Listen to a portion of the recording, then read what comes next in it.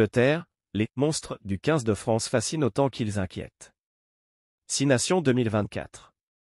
Le gabarit des avants du 15 de France est un des sujets les plus évoqués en Angleterre avant le crunch, que ce soit par les joueurs et le staff ou dans la presse. Le rugby aurait-il changé trop vite? Hier encore, l'Angleterre était fière d'opposer à la terre entière son paquet d'avants robustes et misait avec tout là-dessus pour bâtir ses succès. Aujourd'hui, pas un média anglais traitant un tantinet de rugby ne s'alarme pas, à la veille du crunch, de la dimension physique des avants français. Le Serious Times met par exemple à l'affiche Emmanuel Mifou, Winnie Atonio et Romain Taofifénois dans un article au titre étonnant « Comment la France a affûté des bemottes », terme biblique faisant référence à des bêtes gigantesques, trop gros pour le rugby, pour en faire des stars internationales. Recrutement hors de France, génétique, et dimension ethnique et culturelle. Dans un article de la même tonalité, le Daily Mail entend percer les secrets du pack le plus brutal de l'histoire du tournoi des 6 Nations, et a été pour cela chercher l'expertise de l'actuel manager du Racing 92 Stuart Lancaster.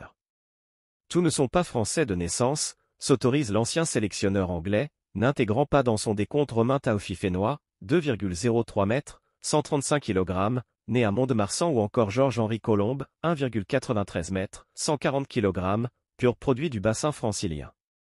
Le système de recrutement français est aussi basé sur le fait de trouver des talents en dehors de la France.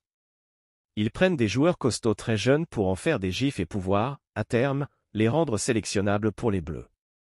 Le profil génétique compte aussi en France, qui est un pays très multiculturel, poursuit Lancaster.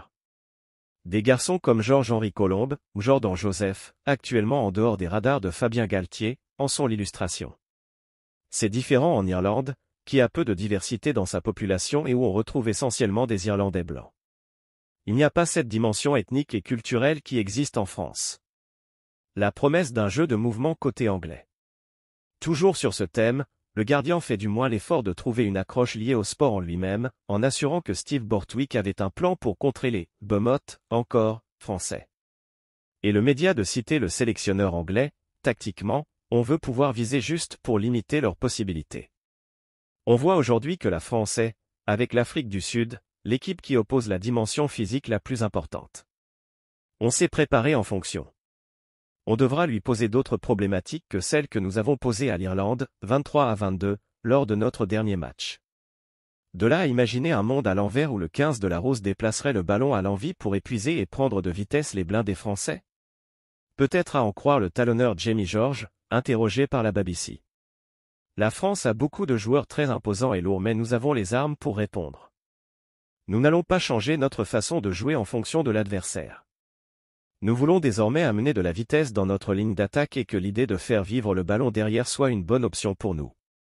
Un changement de paradigme presque révolutionnaire pour cette équipe qui, jusqu'à très récemment, était restrictive à l'extrême dans son approche du rugby. Peut-être une nécessité, aussi, alors que se profilent face à elle ces fameux « monstres » tricolores qu'elle aura bien du mal à dominer uniquement par la force brute.